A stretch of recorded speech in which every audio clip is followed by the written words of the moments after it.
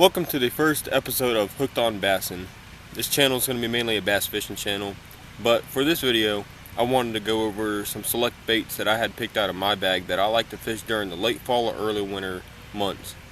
Late fall, late October, early November, late November, and then on forward into wintertime, like soft plastics. But you're going to see a lot of rubber worms and like the Senko style baits. But I have three baits that I want to cover first, and they just so happen to be jerk baits and a lipless crankbait. My first choice for lipless crankbait would be a KVD Red Eye Shad. This one happened to be the black back with gold sides. And I fish in Florida, I live in Florida, so this represents a wild shiner very well. Two other baits are, this is a Rapala, I want to say slash bait. I can get it unhooked here. Rapala slash bait, and it's about a 3-inch jerk bait. It only dives about 3 or 4 feet, and you can get them in all sorts of different colors. That one just happened to be like a glass minnow color, almost like a white with an orange lip.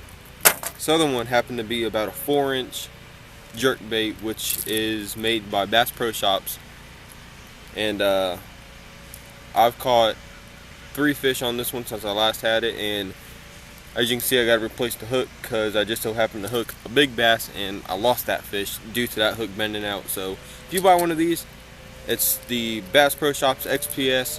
Just go ahead and switch the hooks out. Mustad makes a real good treble hook, and whatever you prefer. My next baits I want to cover are plastics, and I got them all laid out here on the toolbox. I guess I'll just set them back down here. One of them, my first one, is going to be the 4-inch mini lizard with black and red glitter, and these work exceptionally well in dark or murky water, especially when the sun's starting to go down like it is now. My next bait just is a Senko style bait. This one is the Watermelon Red Magnum, which is pretty much watermelon with red flakes. Man.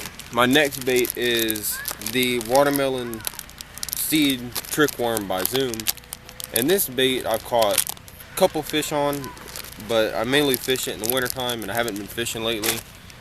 This other bait is a Zoom Better Than Salt U-Tail Tequila Green, which is a curltail worm, just like a purple body with kind of like some greenish glitter. This next one is probably y'all are going to be familiar with this. This is the original trick worm. This is the Watermelon Candy Red, so it's got like the purple flake and the red flake to it with the watermelon body. A lot of these colors are going to be kind of close together. This next one happened to be just a normal black trick worm, and this color actually I've caught my PB on, which happened to be 6 pounds, right underneath, flipped underneath the lily pad, and she come out and ate it as soon as it hit. My next one is a Super Salt Plus Trick Worm Watermelon with purple glitter. So it's got the watermelon color body to it, but the purple glitter, purple flake glitter. Oh man, what I got here? I have the Super Salt Plus Finesse Watermelon Red or Finesse Worm. These are 4-inch or I think 6-inch finesse worms, and they're just great when the fish aren't biting.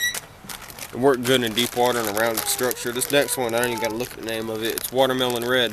These are just your normal trick worms, and yeah, I'm pretty sure a lot of people in Florida and probably other states that fish a lot of heavy grass are familiar with that color, and yeah, I know a lot of people know it.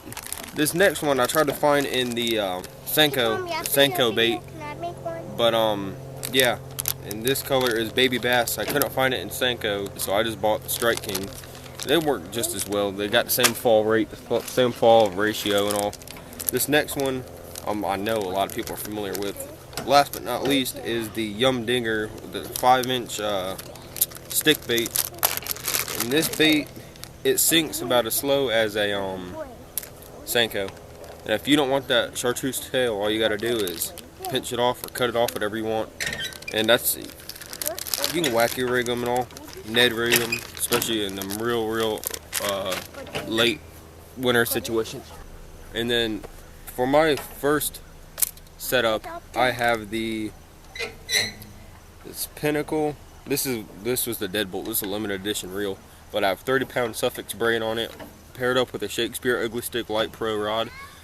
And for both of these, this combo probably runs, I want to say, 100 something bucks.